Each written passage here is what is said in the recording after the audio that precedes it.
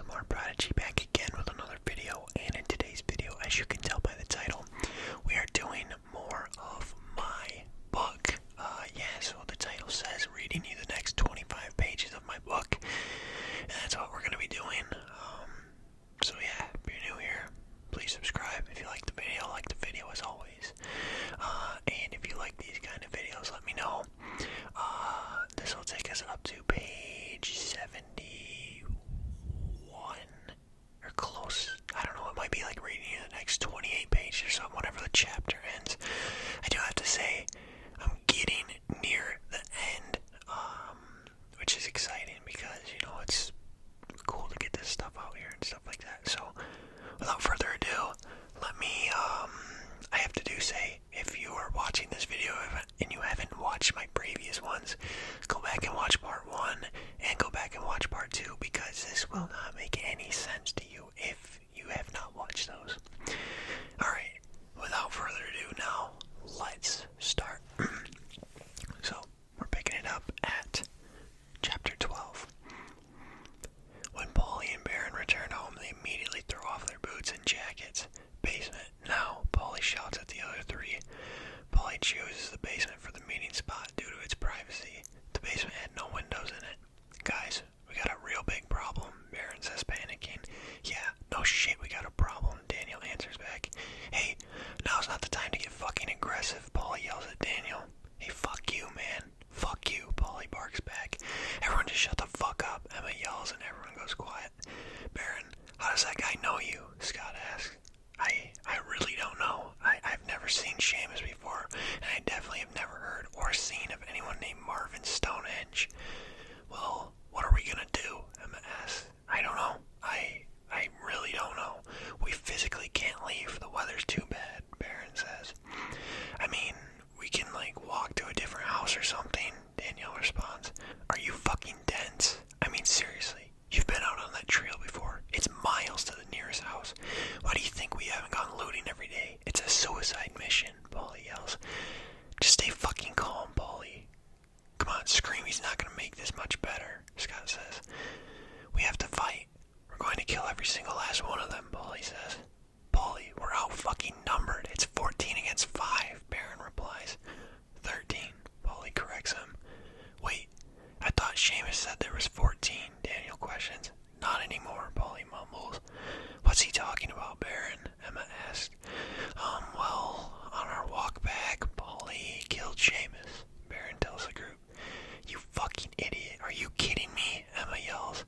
Look, it had to be done, alright? It sends a message that we are not to be fucked with. Come on, Baron, back me up, Polly says.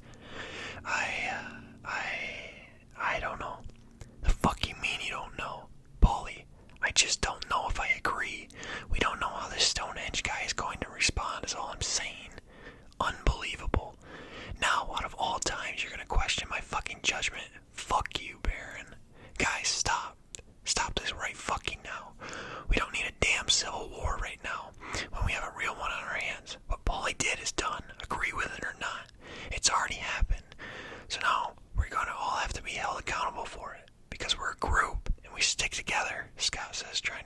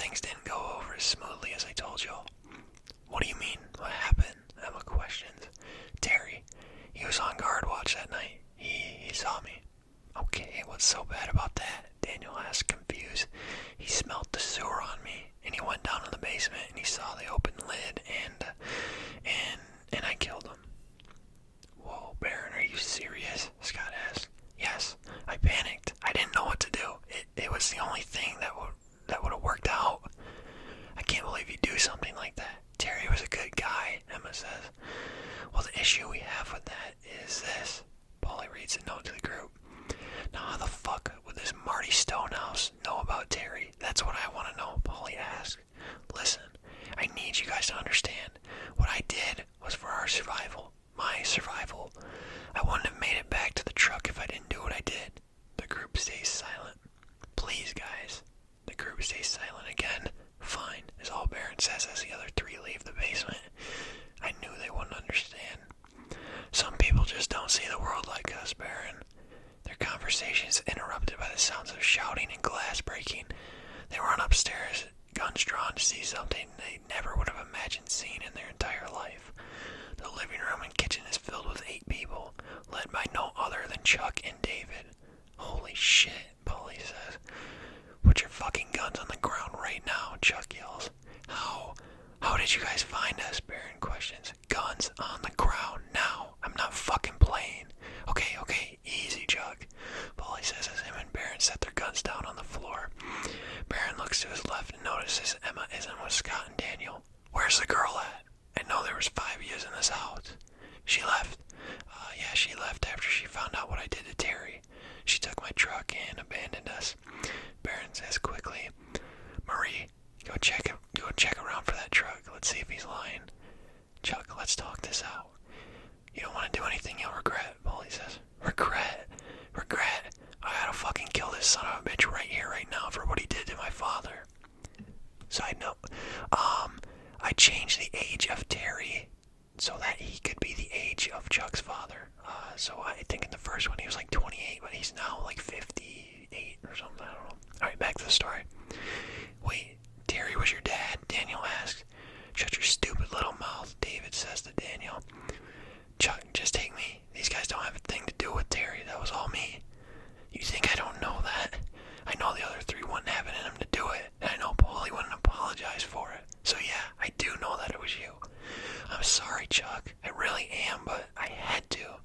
Ain't nothing to be sorry about, except your life. You see, my daddy always taught me an eye for an eye, and that's exactly why I'm here. Listen, Chuck, we can talk about this. Seriously, Paulie pleads with him. Nothing to talk about. I've made up my damn mind the second I laid eyes on my dad's rotted corpse. Chuck places his revolver on Barron's forehead. Barron closes his eyes, anticipating his death. To be fair, Barron always knew from the second that the apocalypse started that he wouldn't die from being bit by a zombie. He just never expected this to be how he goes out. Chuck, don't, Paulie says with his voice cracking and tears rolling down his cheek. Everything's silent for a moment until the sound of a gunshot can be heard for miles rings out through the house. Chapter 13. Barron opens his eyes just in time to see a bullet fly through the side of Chuck's head, instantly making him flop over onto the floor. Everyone in the epic standoff looks to where the bullet came from. Their vision is met by Emma standing at the top of the balcony upstairs holding the rifle that killed Chuck.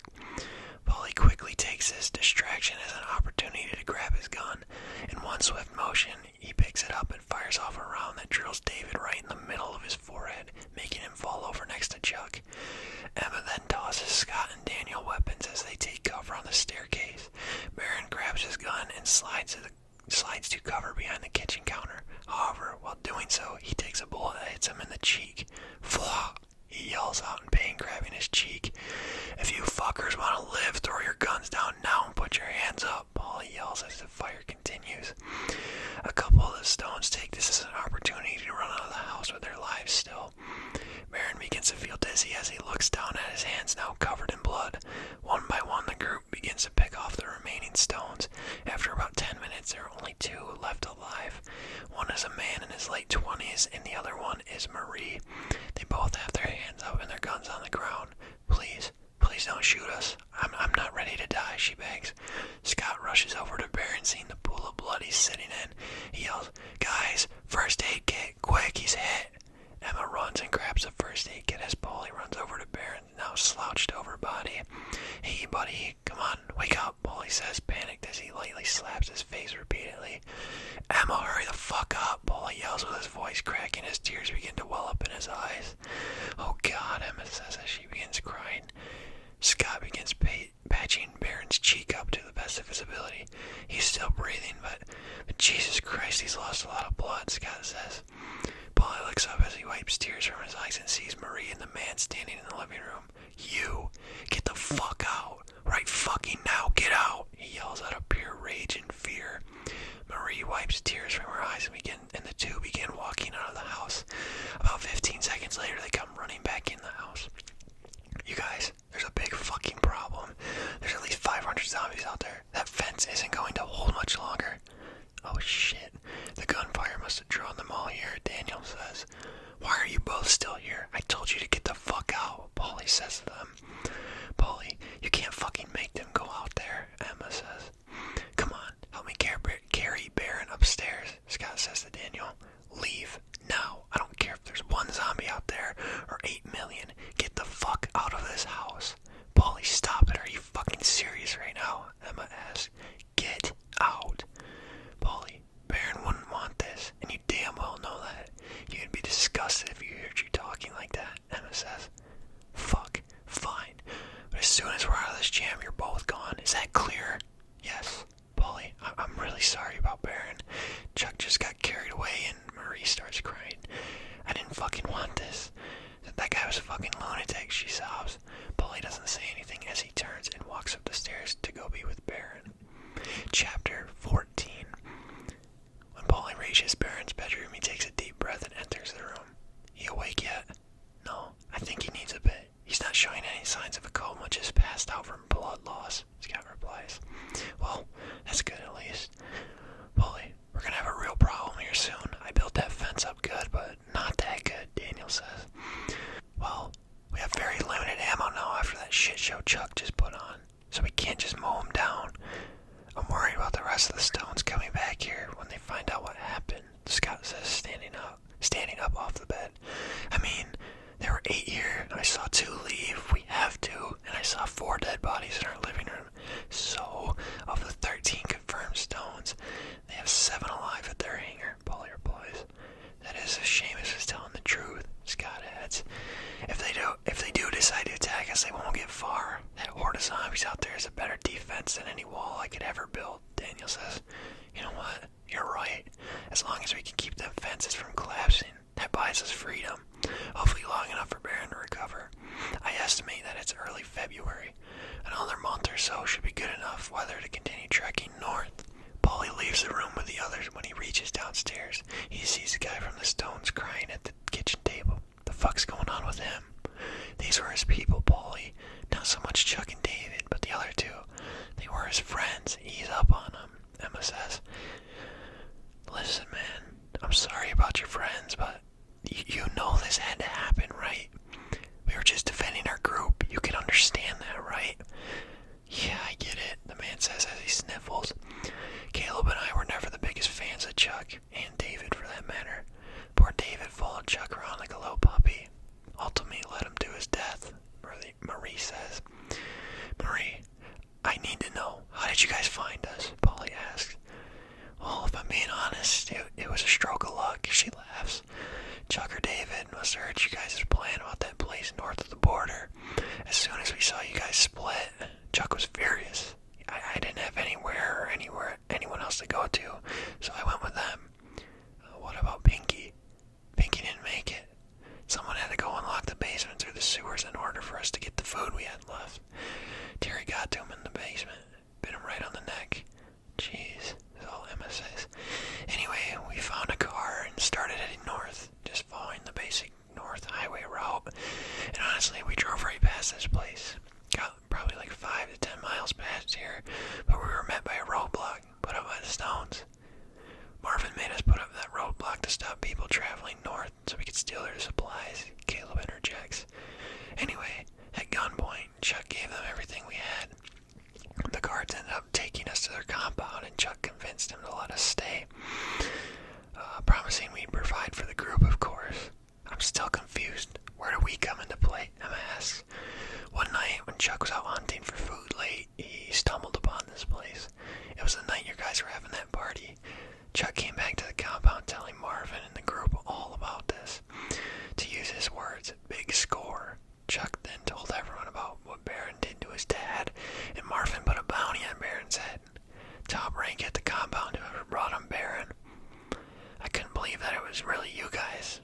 Chuck was like hallucinating or something, or dreaming it, until I went on a recon mission one day with him and saw that it was in fact you guys. So for Marvin, it was more about the supplies and not Baron, Polly asked. I guess so. I don't really know why he'd put a bounty on his head. Maybe he wanted to give Chuck the satisfaction of killing him or something. Marie takes a sip of water. Anyway, that same day he put a bounty out on Baron. Seamus told a few of the people that he was going to go get Baron. I warned him, but he didn't listen. I told him about yours and Baron's background, but Seamus didn't care. Seamus was never really that bright. He was just a drunk, Caleb adds. When the rest of the Stones saw what happened to him, they were shocked. I think it set something off inside of Chuck, and I think it served as a wake-up call to Marvin, honestly. This isn't going to be easy, he thought. That's when Marvin wrote that note and had someone deliver it through the window, Marie says as she takes another drink. Chuck was furious. He gathered up a few of the other Stones, promising them food. I was one of them, Caleb says. I only came along because I owed it to Chuck. He didn't have to take me with. He could have left me to rot at that school. I don't agree with what he was doing, but I had to back him up. I understand that, Polly says. So we kind of came here behind Marvin's back. He didn't know we were coming, but he did actively have a hit out on Baron, so I don't think it mattered that much. Wait a minute. How long have you guys been stalking us? Emma asks. Ever since that party. So I guess a little over a month now, Marie answers. What the fuck? I thought we were as safe as we could be here, Polly answers. Apparently not, but Marie was right. You guys are a lot stronger than you look.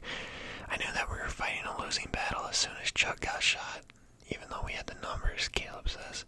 Polly, you want to come out here and help me and Scott with this fence? It's getting a little rough, Daniel says, running inside. Yeah, sure thing, Polly says, grabbing his coat and running outside. When Polly steps outside, his jaw drops to the floor. When hundreds upon hundreds of zombies stand outside the fence. I thought Marie was exaggerating. What the fuck? Here, start killing, Scott says as he hands Polly one of the sharpened spears Daniel made. The men go around the now inward-bending fence, killing as many freak bags as they can. After about 30 minutes of killing, they stop. There's too many of them. We'll never be able to kill them all, Scott says out of breath. This fence has a day max. Daniel, can you do everything in your power to buy us some more time? Polly asks. I could try my best, but there might just be too many of them. You can use anything we have here. We need this fence to hold longer. Their conversation is broke up by Emma running out the back door onto the porch. You guys, Baron is awake, she yells. Chapter 15. Baron wakes up and immediately feels a sharp pain near his jaw. Oh, he tries to say it in pain, moving his hand towards his cheek. Oh my God, you're awake, Emma says, hugging him. Where is everyone? They're all working on the fence, she replies. Are they? Is everyone alive? Yes, everyone is okay. Let me go get them for you. Wait, Emma. Yeah, you saved my life. I mean, you seemed so upset when you found out about Terry. Baron, sometimes you do crazy things for people you care about. I didn't have a choice, Emma says as she leaves the room to go get the others.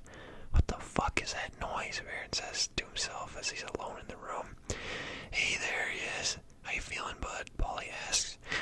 I've been better. I'm very tired. Aren't we all gonna have one badass looking scar when that heals though? Polly says and lets out a laugh. Why are they still here? Baron asks, looking at Marie and Caleb. Baron, we got a problem. A big problem. One bigger than the Stones, to be honest, Polly says. Well, what is it? That noise. Polly stays silent for a second. That noise is hundreds upon hundreds of zombies outside our fence, surrounding our entire house. We're pinned. So, what's the plan? Well, the well's all dried up. I got nothing. That's what the problem is, he answered. I'd estimate Wall's got less than an hour left on him. It's already caving in, Scott says. Where's Daniel? Out there trying to buy us some more time, Scott replies. I guess there's no better time to break these out then. Baron says, standing up and almost falling over. Whoa, take it easy there, Oz. Just take it easy. Sit down, Polly says. Grab my bag for me, will ya? Thank you, Baron says as Polly hands him his bag. So what are we breaking out here? Emma asks. These bad boys, Baron says, pulling out the walkie-talkies he got earlier. Oh shit, I forgot all about those, Polly says. Scott, will you do me a favor? Give this one to Daniel. Tell him we're on channel 6. Will do, Scott says, leaving the room. Baron holds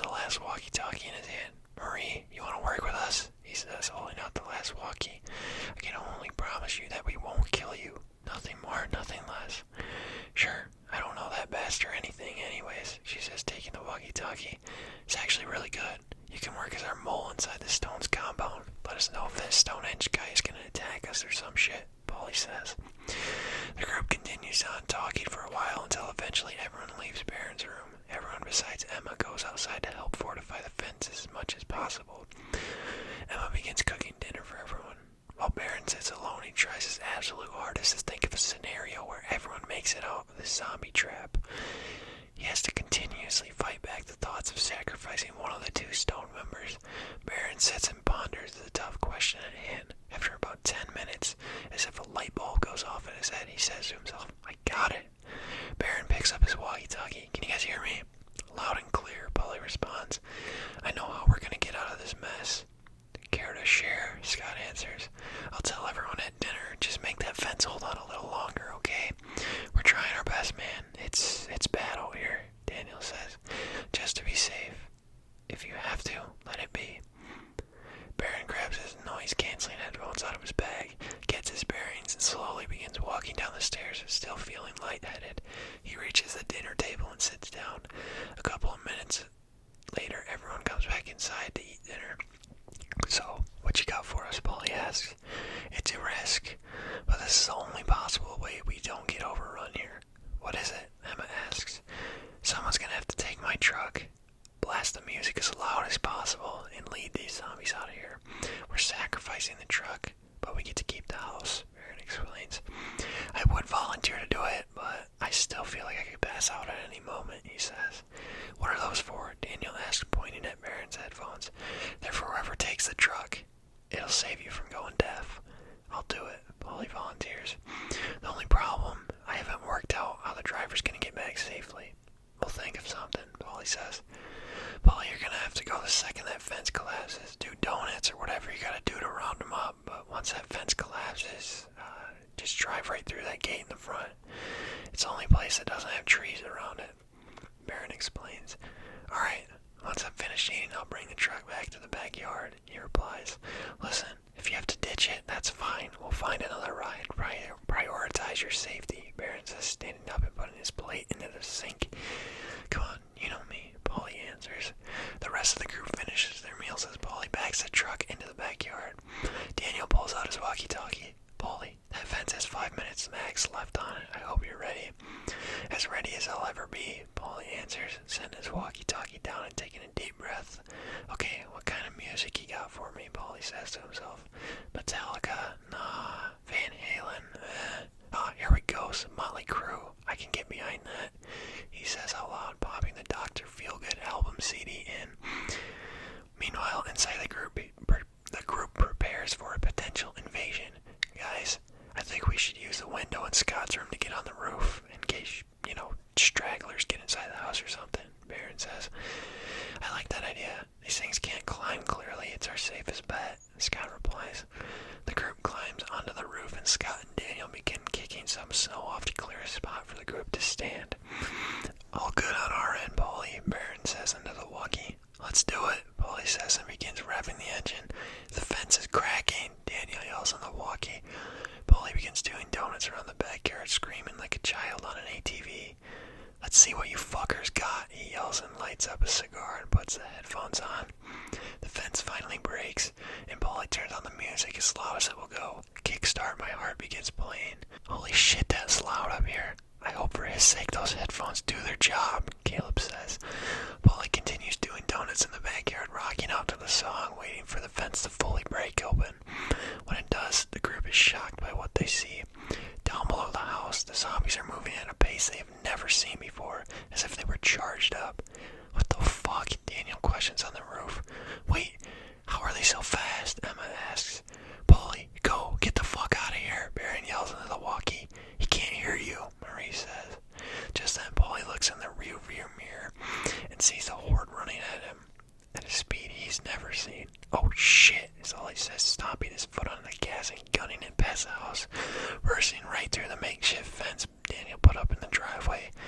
Look at all those fucking zombies, Baron says in awe as he watches hundreds of zombies chase after the sound of Vince Neil's voice.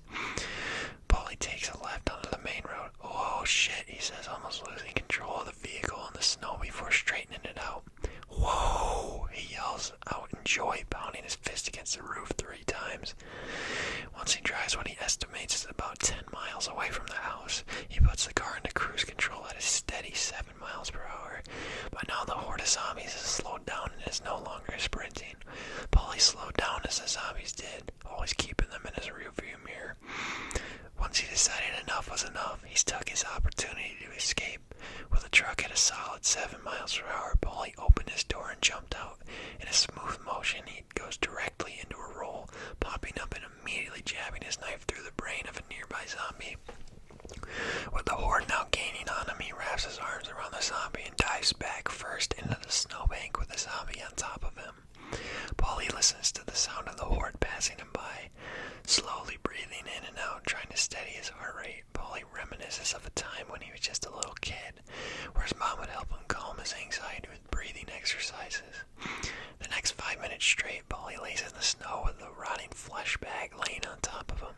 He waits another 2 minutes or so once the sound of the horde is gone just to be safe. Paulie stands up after rolling the zombie to his right. "Thanks, buddy," he says to the corpse as he begins brushing the snow off himself. By now the tiniest bit of sunset he had while driving the truck is gone. "That ain't good," he says to himself as he digs in his pocket for his flashlight. Meanwhile, back at the house, Baron is pacing back and forth upstairs. "Paulie, do you read me?" he says under the walkie. Baron's met by silence. "God damn it. Listen, I'm sure he's fine," Caleb says. "This is my fault. I should have thought this through better. Now he's out there in the pitch black and freezing cold," Baron says, frustrated. "B, don't get worked up over this. It's not your fault. You couldn't control the time the wall broke," Emma says, comforting him. "Yeah, but I could have came up with a better plan." "Baron, Paulie's gonna be fine. He's the toughest son of a bitch I know," Daniel says. "I need a drink," Baron says, heading towards the basement. "But Baron, you don't drink," Emma says, about to run after him. "Hey," Scott says, grabbing Emma's arm. "Just let him be. He's stressing." Back out on the road after walking for about a mile, Paulie lets out a deep breath. "Jesus Christ, it's cold out here," he says, pulling out his walkie. "Hey, anyone there?" he asks. After a little bit of silence, he puts the walkie away. "Damn," is all he says as he walks on. After a bit more walking, he shines his light upon a house on the right side of the road. "Oh, thank God," he says through chattering teeth. Paulie runs up to the door and barges through. "This'll do till morning," he says, shivering. Paulie looks for the nearest bedroom and opens the doors, not sweeping the house for any freak bags. He opens the door to the master bedroom. My bad, guys. That was supposed to be a zombie noise. "Jesus fuck," Paulie says, coming a mere inches from being bit on his neck. "You piece of shit," Paulie says, driving his knife through the side of the zombie's head. Paulie places a chair under the door handle of the room to act as a makeshift lock, and then buries himself underneath the covers of the bed. "I should be out there looking for him," Baron says, now in the basement with Daniel. "Listen, there's not much you're going to be able to do in the dark. We have to wait for the morning. If no one else goes with us, fine, but you have my word. I'll go help you in the morning. I'll go help look for him," Daniel says, showing sympathy. Baron hears the sound of a zombie in the backyard. He picks up a screwdriver that's sitting on the bar and runs outside. "You fucker," he yells, driving the screwdriver through its head. "You want some too, you piece of shit," he yells, killing a second zombie. "Fuck you," he yells as he kicks the third zombie that he killed in the head. After raging and cussing out a few more zombies, he slows down to catch his breath. "Baron," Emma yells from the back porch. Baron turns around and sees his group, all with scared looks on their faces. Baron falls to his knees and begins sobbing. "I'm sorry. Hey, it's okay," Emma says as she goes down to her knees and hugs him. "Listen, buddy, let's get you inside," Scott says, putting his hands on his shoulder. "He's gonna be okay. Paulie's stronger than all of us," Emma says. "We'll all go looking for him tomorrow," Marie says. Baron wipes tears from his eyes. "Thanks, guys," he says as he sniffles. Emma kisses him, and then the both of them stand up. "Come on, let's go get some rest," she says as the group walks back inside and attempts to get some sleep. Chapter 16. Paulie wakes up the next morning with the sun shining through a tiny crack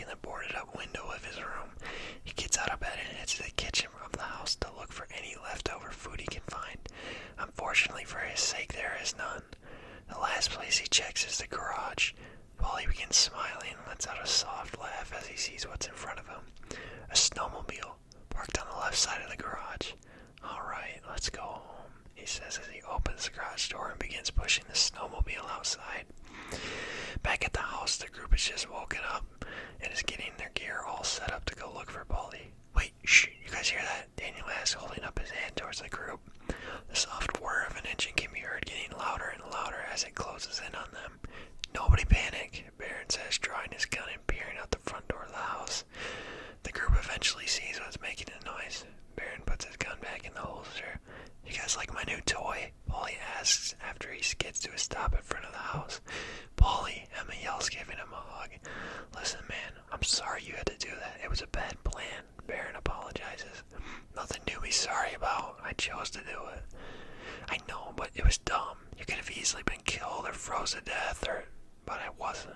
And that's all that matters, Polly says, embracing his best friend. On a more positive note, you get a sick new ride out of the deal, Scott says. Yeah, this baby saved me so much damn time walking back. I maybe shouldn't have gone as far as I did, but I didn't want to chance that herd coming back here with no fence to protect us.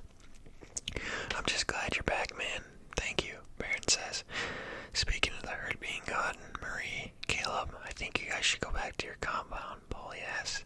Can't they stay with us? They've pulled their weight, Emma asks. No, Polly's right, Emma. We need to go back before Marvin starts to think we abandoned the stones. Trust me, it'll be more beneficial for you guys if we're on the inside, Marie says as she picks up her backpack. Hey, before you go, I need you to know this. You guys are one of us now. Everything you've done since you showed up proved to me that you deserve a place here. Christ, you were both about to wander off in the freezing cold to look for me, Polly says. Well, thanks, Polly, Caleb says. Now I know we've had our differences, Marie, but I'd like you to be a part of our group. You could have killed us for what we did to you back at the school, but you didn't. You're loyal, and you're always welcomed here, Polly says. Thanks, Polly. We'll keep you posted. Channel 6, right? She asks as she begins walking away. Yup, Channel 6, Polly says as the group walks inside. Did anyone tell them about Clarksville? Baron asks. I did the other day. Why? Emma responds. Well, I was just wondering, in case another herd or something pushed us out of here with this fence down, they'd know where we'd be heading. Oh yeah, I told them both. They seem to like the idea, she responds. Hey, it's a damn good plan, Scott says, sitting down on the couch. Polly, you want to park that snowmobile in the shed? Daniel asks. Yeah, that's a good idea, Polly says, walking out the door to move the snowmobile. Days begin to trickle by for the group again.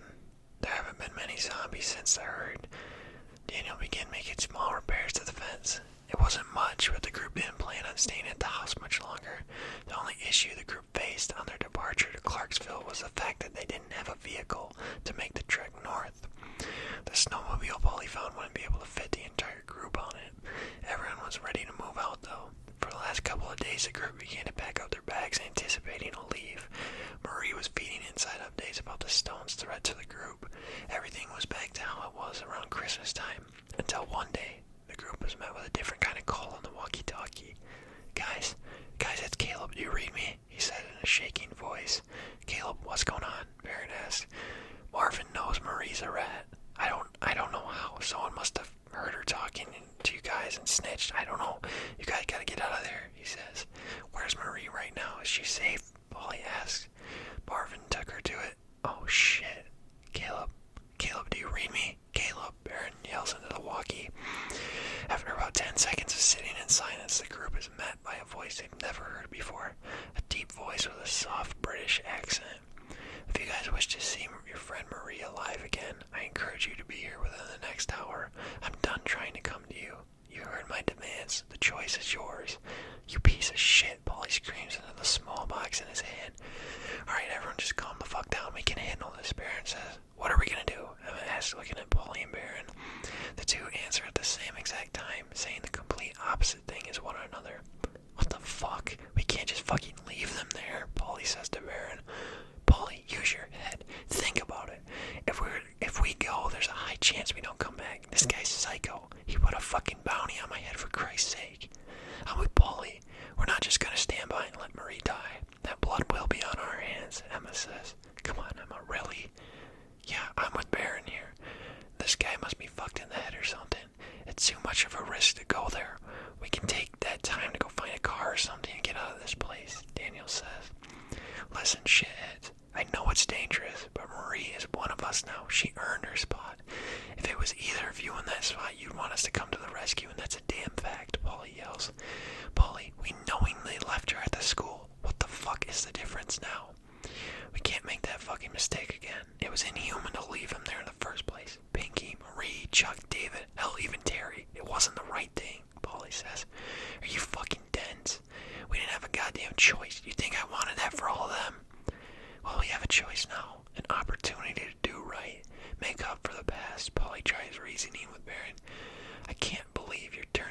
soft all of a sudden, Baron says, pushing him. You think I'm soft? Well, how's this for soft? Paulie punches Baron right across the face. You fucker, Baron yells and tackles Paulie. I'll beat your ass with one fucking hand, Paulie says as the two are wrestling. Stop, guys, stop. Come on, guys, we're all on the same team, Daniel yells. A gunshot goes off and the two men stop wrestling and look up. Stop this right fucking now, Scott says, holding his gun up in the air. We can't fight each other when there's an active threat. We're not gonna sit back and watch Marie die. We have to go get her, Scott says. He put a fucking bounty on my head. He wants me dead. How am I gonna fucking just parade up to his door? Hi, Mr. Stonefuck. I'm right here. Kill me now, Baron says, wiping blood from his nose. I promise you in my father's grave I won't let anything happen to you, Baron, Paulie says. I understand that you're scared, Baron, but we have to do this, Emma says, hugging him. If we don't do this, we'll have no human decency left in us. We can't let go of that. If we lose that, what's the point of staying alive, Scott says. I'll even let you drive a snowmobile, Paulie says, smirking as he puts his arm around Baron's shoulder. Alright, everyone grab an assault rifle and let's get a move on. We're wasting precious time, Baron says. Everyone in the group grabs a rifle and they begin their journey to the Stones compound. Alright, there we have it. That was the next 25, well really like 28 pages of my book, but I'm going to round down for a better title. If you guys enjoyed, if you enjoy where this story's going, leave a like. I know I do. I have another chapter here. It is, let's see, let's count the pages. It's 6 pages, 6 more pages long. But I'm not gonna get into it. I'll start off my next video with that. And I mean, obviously I gotta write more because the story's not done yet. It's coming to a close. My goal was to get like 150 pages, which is gonna be tough because that's like doubling what I have right now. But I mean, I still have to go through and make editing changes. I'll probably go back to the very beginning and add more detail, in-depth stuff now that I have the full story out and understand how I want the story to go. But yeah, I think this was probably the most action out of the 3 videos I've made. Like out of the third, I guess I could break this down into thirds. This was the most action so far that we've seen. And we had our second death, second and third, Chuck and David, of characters that have importance, not just background characters like the Stones people who died. Oh yeah, man, we had Seamus die obviously in the last video, but he was kind of a background character too, if I'm being honest. But yeah, this is very fun. It's really tough though because how my schedule works right now during the week, like I can't really write until the weekends because I have school and stuff. I got other shit to take care of during the week, so I have to pawn this stuff off until the weekend, and it's like almost midnight on a Friday night right now, and I'm recording this. And I was up like the last 2 hours before this video typing out my story, like continuing it on and stuff, so it's gonna get interesting, and the end is near, is all I'm gonna tell you guys. I'm not gonna tell you, I'll say this, in that chapter that I'm not reading today, the next chapter, there is a very, very, very, very big thing that happens. That's all I'm gonna say, so I hope you're excited for the next video. I know I am. I'm excited to get wrap this thing up. I've got 79 pages right now. Realistically, if I can stretch the story to like 125, that might even be tough, but that's what I'm gonna have to try and do. And then editing changes or whatever might get that, farther, more pages in the, you know what I mean? I don't know. I hear some weird ass noises outside. It sounds like, I don't know, screaming, which is weird. I don't know what the hell that is. It's kind of freaky. But anyways, I'm gonna end the video here and hopefully not die to the fucking skinwalker outside that's making these crazy noises. Very fun, very entertaining very entertaining I'd say book-wise, maybe if you don't like this, I don't know. Yeah, I mean, I'm looking at a 45-minute recording right now that I'm gonna have to edit down, obviously, so it's gonna be a longer video. Leave a like if you enjoyed, subscribe if you're new,